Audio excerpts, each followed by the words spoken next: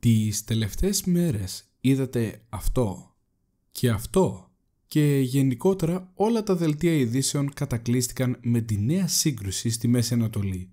Τι συνέβη όμως τις προηγούμενες ημέρες? Πάμε να δούμε.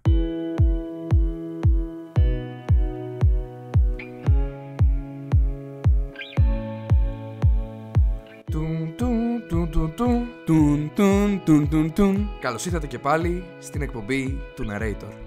Μια εκπομπή που επιθυμεί να αναλύσει τα πολιτικά δρόμενα και τα τεκτενόμενα που σαφέστατα επηρεάζουν τις κοινωνίες του σήμερα. Ο πόλεμος των 12 ημερών, όπως τον ονόμασε ο Αμερικανός πρόεδρος Ντόναλντ Τραμπ, δηλαδή τη σύγκρουση Ισραήλ και Ιράν, θα μείνει στην ιστορία για μια σειρά από λόγους.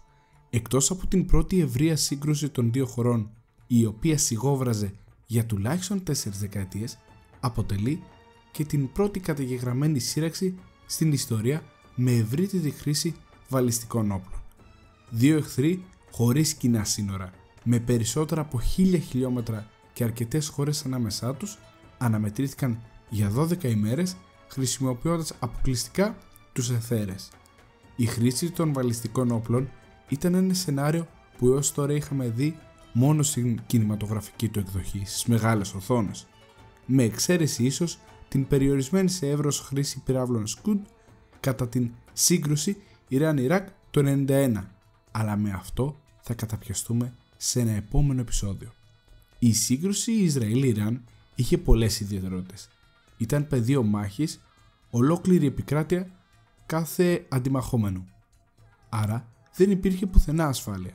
Με άλλα λόγια, ειδικά στην περίπτωση του Ισραήλ που δεχόταν τα τυφλά χτυπήματα της Τεχεράνης, η επιβίωση στα μεγάλα αστικά κέντρα όπως το Τελ Αβίβ, η Χάιφα και Μπέρσεβα ήταν θέμα στατιστικής. Ακόμα και τα καταφύγια, τα υπόγεια και τα υπέρια δεν μπορούσαν να αποτρέψουν την απώλεια μάχων σε περίπτωση απευθείας πλήγματος, απλά αύξαναν τις πιθανότητες επιβίωσης. Δεν υπήρξαν κανονικές χερσαίες επιχειρήσεις όπως είχαμε συνηθίσει τόσα και τόσα χρόνια, όπως για παράδειγμα γίνεται αυτή τη στιγμή στο μέτωπο της Ουκρανίας. Αλλά από την άλλη πλευρά, οι επιχειρήσεις των Ισραηλινών φαίνεται πως ήταν πιο στοχευμένες με κατευθυνόμενα όπλα που διακρίνονται για την ακρίβειά τους. Ωστόσο το Ιράν ανακοινώνει μεγάλο αριθμό απολειών στον άμαχο πληθυσμό, πολλαπλάσιο του Ισραήλ, από τις επιχειρήσεις στην Τεχεράνη αλλά και σε άλλα αστικά κέντρα που είχαν ως στόχο την ηγετική αλυσίδα των φρουρών της Επανάστασης ή τους πυρηνικούς επιστήμονες του Ιράν. Σε αυτόν τον πόλεμο το Ιράν χτυπούσε από αποστάσεις μεγαλύτερες των 1300 χιλιόμετρων, ενώ το Ισραήλ, έχοντας την αεροπορική υπεροχή, είχε τη δυνατότητα να πραγματοποιεί πλήγματα με πολύ μεγάλη ακρίβεια. Για να καταλάβουμε το γιατί αυτής της σύγκρουσης, ας γυρίσουμε λίγο πίσω. Η κόντρα μεταξύ Ισραήλ και Ιράν ξεκίνησε από την Ισλαμική Επανάσταση του 1979, καθώς ως τότε είχαν καλές σχέσεις οι δύο χώρες. Το Ιράν, υπό τον Αγιατολάχ Χομεϊνί, υιοθέτησε μια εχθρική στάση απέναντι στο Ισραήλ, χαρακτηρίζοντάς το ως κατοχική δύναμη λόγω της Ισραηλινο-Παλαιστινιακής σύγκρουσης. Το Ιράν υποστηρίζει έμπρακτα ομάδες όπως η Χεσμπολάχ και η Χαμάς που μάχονται το Ισραήλ και ανήκουν στο λεγόμενο άξονα της αντίστασης που είπαμε σε επεισόδιό μας πέρσι, ενώ το Ισραήλ θεωρεί το πυρηνικό πρόγραμμα του Ιράν υπαρξιακή απειλή. Από την δεκαετία του 80 οι δύο χώρες εμπλέκονται σε έναν σκιώδη πόλεμο με κυβερνοεπιθέσεις, δολοφονίες και έμεσες συγκρούσεις μέσω πληρεξούσεων. Πάμε όμως στην τωρινή σύγκρουση, για αυτή που κάνουμε επεισόδιο. Όλα ξεκίνησαν στις 13 Ιουνίου του 2025 και ενώ το Ισραήλ εξαπέλυσε μια ευνηδιαστική μεγάλης κλίμακας επίθεση εναντίον του Ιράν με την κωδική ονομασία Rising Lion. Η επιχείρηση περιλάμβανε πλήγματα σε στρατιωτικές και πυρηνικές εγκαταστάσεις καθώς και στοχευμένες δολοφονίες ανώτερων Ιρανών αξιωματούχων συμπεριλαμβανομένου για παράδειγμα του διοικητή των φρουρών της Επανάστασης, του Χουσέιν Σαλαμί και πολλών κορυφαίων πυρηνικών επιστημόνων. Εκατοντάδες Ισραηλινά μαχητικά αεροσκάφη υποστηριζόμενα από drones και επιχειρήσεις της Μοσάντ έπληξαν στόχους όπως το πυρηνικό εργοστάσιο της Νατάνζ και εγκαταστάσεις στην Τεχεράνη και το Ταμπρίζ. Σύμφωνα με Ισραηλινές πηγές πάντα, ο στόχος ήταν να κόψουν τα φτερά του Ιράν, αποδυναμώνοντας το πυρηνικό του πρόγραμμα και τις στρατιωτικές του δυνατότητες, σε μια επιχείρηση που φάνηκε πως προετοιμαζόταν εδώ και μεγάλο χρονικό διάστημα, με το Ισραήλ να κάνει την πρώτη ξεκάθαρη επιθετική κίνηση. Ξεκάθαρη όμως ήταν και η διάθεση του Νετανιάχου να ανατρέψει το θρησκευτικό καθεστώς των Μουλάδων και να τοποθετήσει στη θέση του τον διάδοχο γιο του Ρεζά Παχλεβί. Η επίθεση δεν ήταν τυχαία. Ήρθε μια ημέρα μετά την λήξη μιας δίμηνης προθεσμίας που είχε θέσει ο Τραμπ για την επίτευξη συμφωνίας με το Ιράν σχετικά με το πυρηνικό του πρόγραμμα.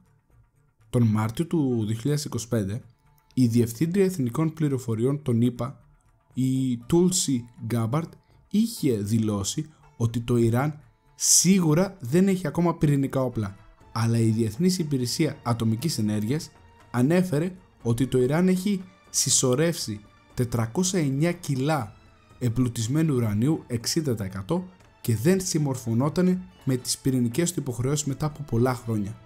Το Ισραήλ, θεωρώντας όπως διατυπανίζει το πυρηνικό πρόγραμμα του Ιράν υπαρξιακή απειλή, αποφάσισε να δράσει πρώτο. Έτσι, το Ιράν δεν έμεινε με σταυρωμένα τα χέρια. Λίγες ώρες μετά τα Ισραηλινά πλήγματα που σας είπαμε, την επιχείρηση Rising Lion εξαπέλυσε εκείνο την δικιά του επιχείρηση, όπως την ονόμασε True Promise 3, εκτοξεύοντας εκατοντάδες βαλιστικούς πυράβλους και drones εναντίον Ισραηλινών στόχων στο Τελ-Αβίβ, την Ιερουσαλήμ αλλά και στις στρατιωτικές βάσεις. Οι επιθέσεις προκάλεσαν ζημιές σε υποδομές, όπως σε ένα στρατηγικό εργοστάσιο ηλεκτρισμού στο νότιο Ισραήλ, ενώ αναφέρθηκαν εκρήξεις σε πόλεις όπως το Άσντοντ και το Μπερσεβά. Ο ανώτατος ηγέτης του Ιράν, Αλί Χαμενεϊ, δήλωσε ότι το Ισραήλ θα πληρώσει βαρύ τίμημα, ενώ ο Ιρανός πρόεδρος Μαχμούντ Πεζεσκιάν χαρακτήρισε την Ισραηλινή επίθεση κήρυξη πολέμου. Εδώ βέβαια να πούμε ότι ένα μεγάλο μέρος των πυράβλων, όχι όλων των πυράβλων, το Iron Dome κατάφερε να τους αποκρούσει.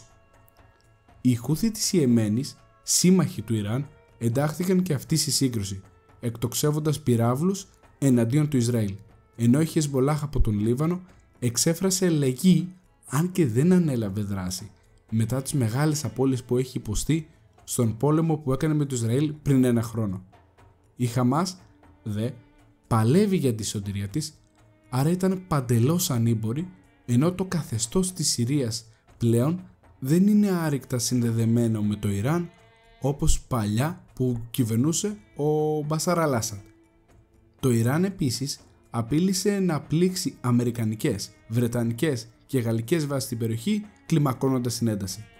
Οι Ισραηλινοί και αυτοί διεξήγαγαν καθημερινά την μία επιχείρηση μετά την άλλη, χτυπώντας ακόμα και την Ιρανική τηλεόραση εν μέσω δελτίου ειδήσεων. Παρόλα αυτά, και ενώ με την βοήθεια της Μοσάντ είχε σκοτώσει αρκετούς Ιρανούς υψηλόβαθμους αξιωματούχους σε κέρυες θέσεις, ο Νετανιάχου ζητούσε διακαώς την είσοδο της Αμερικής στη σύγκρουση. Η στάση των ΗΠΑ άλλαξε δραματικά στις 22 Ιουνίου του 2025. Το Σάββατο ξεκίνησε η επιχείρηση Midnight Hammer. 7 stealth βομβαρδιστικά B-2 της Αμερικανικής πολεμικής αεροπορίας πήραν τροχιά από την βάση τους στο Μιζούρι, συμπεριλαμβάνοντας και έναν εικονικό ελιγμό προς τον Ειρηνικό ως αντιπερισπασμό. Καθώς τα B-2 πλησίαζαν το Ιράν, μετά από 18 ώρες πτήσης, ένα αμερικανικό υποβρύχιο εκτόξευσε πάνω από 2 ντουζίνες πυράβλους Cruise Tomahawk εναντίον Ιρανικών στόχων.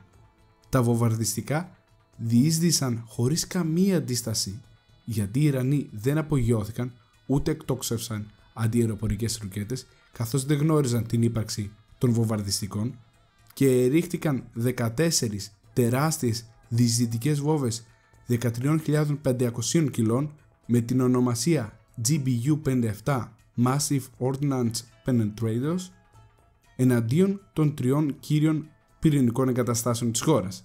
Οι 12 έπεσαν στο Φορντό και άλλες 2 στο Νατάνς.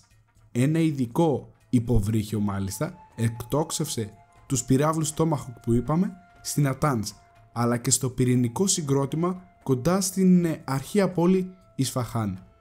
Ο Τραμπ γρήγορα αυτοκήρυξε την νίκη, καθώς δήλωσε ότι το πυρηνικό πρόγραμμα του Ιράν εξαλείφθηκε πλήρως και ολοκληρωτικά. Μια είδηση που σίγουρα ελέγχεται έως σήμερα αν είναι αληθής.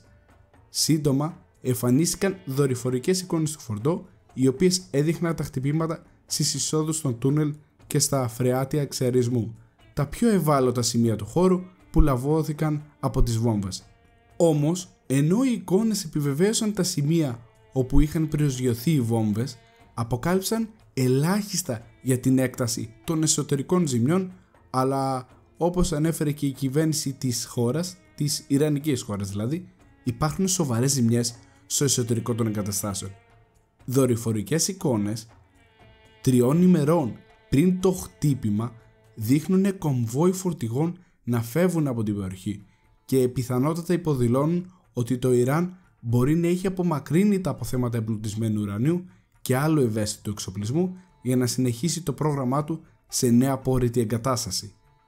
Μετά τα χτυπήματα, η περιοχή κράτησε την αναπνοή της για τα καλά.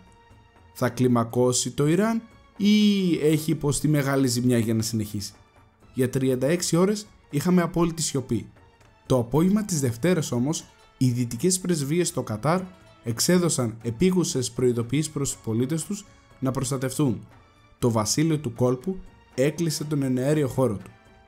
Τα αντίπεινα του Ιράν ήταν καθοδόν με τη μορφή 14 πυράβλων, ένας για κάθε βόμβα που έπεσε, με στόχο την Al-Udeid, τη μεγαλύτερη αμερικανική αεροπορική βάση στη Μέση Ανατολή.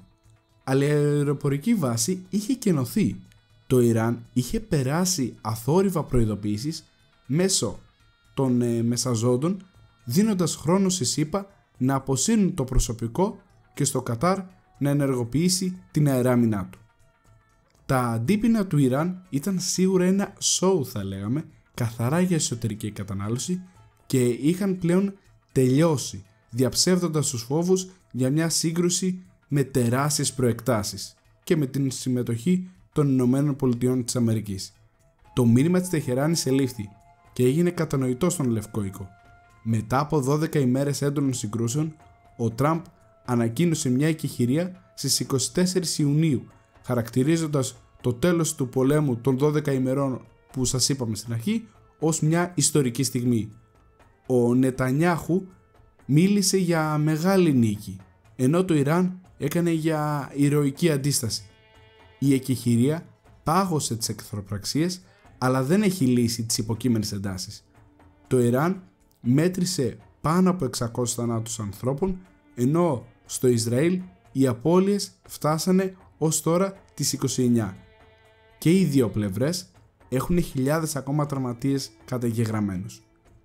Ο πόλεμος των 12 ημερών δεν άλλαξε τα σύνορα της Μέσης Ανατολής, αλλά επαναπροσδιορίσε τη φύση της σύγκρουσης. Ήταν η πρώτη φορά που Ισραήλ και Ιράν συγκρούστηκαν ανοιχτά, αντί για τον παραδοσιακό σκιώδη πόλεμο που είχαμε συνηθίσει. Η εκτεταμένη χρήση βαλιστικών πυράβλων από το Ιράν και η αεροπορική υπεροχή του Ισραήλ έδειξαν ότι οι σύγχρονες συγκρούσεις βασίζονται πλέον σε τεχνολογία, πληροφορίες και ακρίβεια. Αυτά λοιπόν από το σημερινό επεισόδιο, ένα επεισόδιο επικαιρότητας που δεν είναι το συνηθισμένο μας, αλλά δεν είναι και η πρώτη φορά. Δεν έχω να προσθέσω κάτι περαιτέρω, θα τα πούμε μια επόμενη φορά. Γεια και χαρά! Αν σου αρέσει η δουλειά μας, το κανάλι μας διαθέτει προφίλ στο Buy Me a Coffee, όπου εκεί μπορείς να μας στηρίξεις με υλικό τρόπο, επιλέγοντας το πακέτο που σου ταιριάζει. Ανάλογα το πακέτο που θα διαλέξεις, θα έχεις και τα αντίστοιχα προνόμια. Το link για το Buy Me a Coffee υπάρχει όπως πάντα στην περιγραφή του επεισοδίου. Να είστε όλοι και όλες καλά. Γεια και χαρά!